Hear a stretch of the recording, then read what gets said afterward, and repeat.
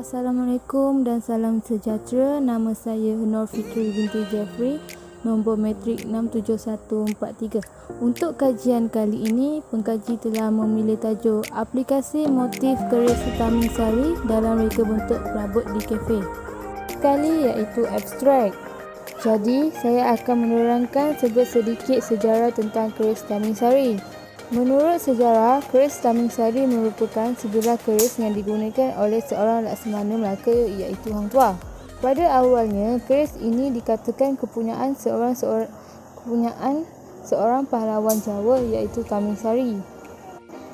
Tetapi menurut sejarah, Baginda Seri Bentara Majapahit telah menganugerahkan keris ini kepada Laksamana Hang Tuah kerana beliau telah berjaya membunuh Tamingsari disebabkan tindakan Tamingsari membunuh ramai orang di istana Baginda. Untuk sejarah keris pula, keris merupakan sejenis senjata pendek yang sering digunakan oleh masyarakat dahulu dan keris juga mudah didapati di kawasan Asia Tenggara seperti Malaysia dan Indonesia.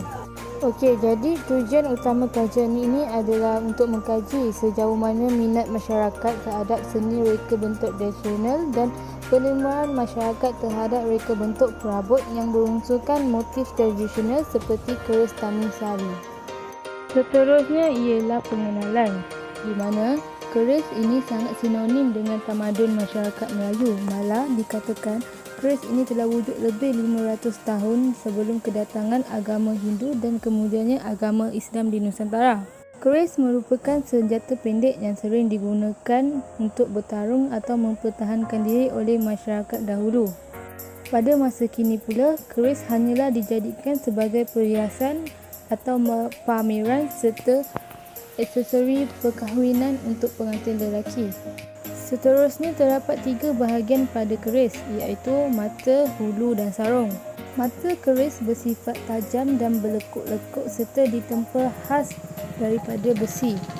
Manakala pada hulu keris pula berbentuk mengikut cita rasa pengguna sendiri. Di bahagian hulu keris ini, antara material yang digunakan ialah seperti kayu dan juga besi. Manakala pada bahagian sarung keris pula diperbuat daripada kayu yang telah diukir dan dibentuk untuk melindungi mata keris daripada rosak. Bagi penyataan masalah pula, pertama, masyarakat sekarang kurang pendedahan mengenai sejarah negara, terutamanya anak muda.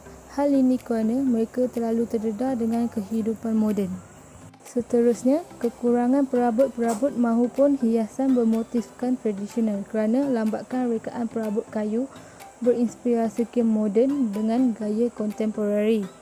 Jadi, antara objektif kajian ini adalah untuk memperbanyakkan seni hiasan dalaman mahupun luaran berteraskan motif tradisional berdasarkan sejarah negara.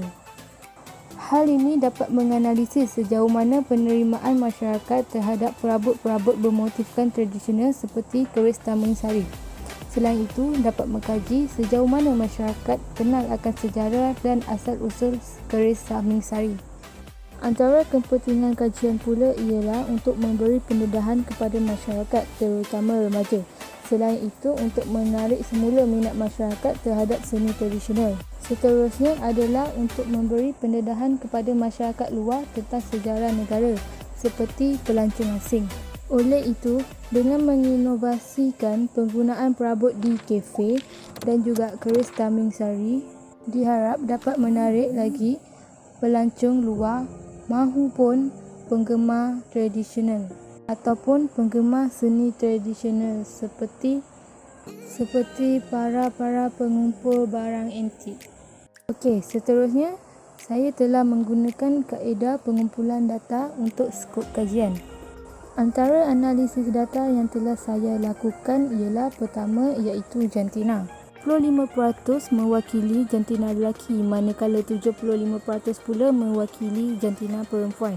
Yang kedua pula iaitu umur. Berdasarkan cartapai, 96% daripada responden berumur di antara 21 tahun hingga 31 tahun. Yang ketiga pula iaitu pekerjaan. 3% daripada responden merupakan pekerja, manakala 97% pula merupakan pelajar. Untuk soalan keempat pula, seramai 75% responden pernah melihat keris Tamingsari atau mengetahui sejarahnya. Manakala untuk soalan 5 pula, hanya 30% responden pernah melihat motif dari keris Tamingsari ini diaplikasikan dalam bentuk reka bentuk perabot. Untuk soalan ke-6 pula, hampir keseluruhan daripada responden setuju jika motif keris Tamingsari ini diaplikasikan dalam reka bentuk perabot. Ada yang beranggapan bahawa corak yang ada pada keris Tamingsari mempunyai keunikannya yang tersendiri, dan ada juga yang berpendapat bergantung kepada daya kreativiti dan inovasi mereka itu sendiri untuk mengaplikasikannya. Untuk soalan 7 pula, 32% daripada responden bersetuju bahawa meja kopi merupakan jenis-jenis perabot yang paling sesuai untuk mengaplikasikan penggunaan motif keris Tamingsari ini. Hal ini kerana bagi pendapat responden, kebiasaannya perabot sebegitu berada di tengah-tengah ruang dan dapat menarik perhatian orang ramai, serta motifnya yang dapat dilihat dengan lebih jelas jika berada di atas meja. Okey, seterusnya, 86% daripada responden bersetuju jika perabot-perabot berunsurkan motif ini digunakan di kafe. Hal ini demikian kerana ia boleh menampakkan nilai estetik dan juga warisan negara. Seterusnya, ada juga yang berpendapat bahawa kafe tersebut akan menampakkan ciri-ciri yang unik kerana kebanyakan kafe sekarang hanya berkonsepkan moden. Ia juga mampu menarik minat pencinta tradisi Melayu untuk berkunjung ke kafe tersebut. Okey, untuk soalan 11 pula, jika anda seorang pelanggan, adakah anda berminat untuk mengunjungi kafe yang bertemakan tradisional atau antik? Dan 95% daripada responden menjawab ya. Antara alasan responden ialah kerana kafe yang pelbagai dan tradisional dapat mempelajari tentang perkara tradisional dan antik. Terusnya, ada juga responden yang merupakan seorang peminat ukiran tradisional dan barang-barang antik. Oleh itu, dapat menggamit kenangan dahulu. Seterusnya ialah kajian lepas.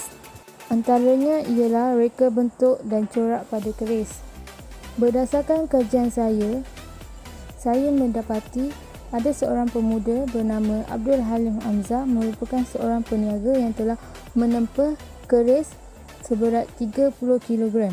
Keris ini ditempa daripada 7 jenis besi dan mengambil masa 3 tahun untuk disiapkan oleh 3 tukang keris termasuk dari Jawa. Jenis dan reka bentuk keris yang ditempa iaitu keris Tamingsari. Seterusnya ialah pembuatan keris. Apa yang saya dapat ialah apabila memasuki era moden dan teknologi maklumat ini, pelapis-pelapis bagi pembuatan keris hampir pupus atau tiada. Serta penggunaan keris pada masa kini juga hampir tiada. Hal ini kerana keris pada masa kini hanya digunakan sebagai aksesori kepada pengantin yang diselitkan pada samping pengantin lelaki serta sebagai perhiasan. Untuk bahan-bahan dalam menghasilkan keris pula, bahan yang digunakan untuk setiap keris berbeza-beza bergantung kepada pemiliknya sendiri. Selain itu ialah seni ukiran pada keris. Menurut kajian saya, bentuk dan ukiran pada keris mempunyai falsafahnya yang tersendiri, yang banyak dikaji bukan sahaja oleh penggiat keris di Kepulauan Melayu, bahkan sarjana pada peringkat antarabangsa. Menurut Latifah 2016. Untuk reka bentuk perabot pula, antara faktor kejayaan dalam mereka bentuk sebuah perabot ialah melalui pendekatan atau nilai strategi, reka bentuk asal yang menarik, jenama dan identiti. Pelbagai fungsi yang perlu dilakukan secara konsisten. Dan ukiran perabot kayu seperti di kerusi juga merupakan salah satu produk ukiran kayu yang berbentuk 3 dimensi. Dari segi pemilihan tempat pula, saya memilih kafe sebagai kawasan untuk saya pamerkan produk saya supaya dapat menarik minat pelancong asing maupun penggemar perabot tradisional. Akhir sekali, untuk jangkaan kajian, Diharap masyarakat lebih terdedah dengan seni reka tradisional serta memastikan lebih banyak lagi motif-motif tradisional berinspirasikan sejarah negara dapat ditonjolkan dalam seni reka. Thank you for watching.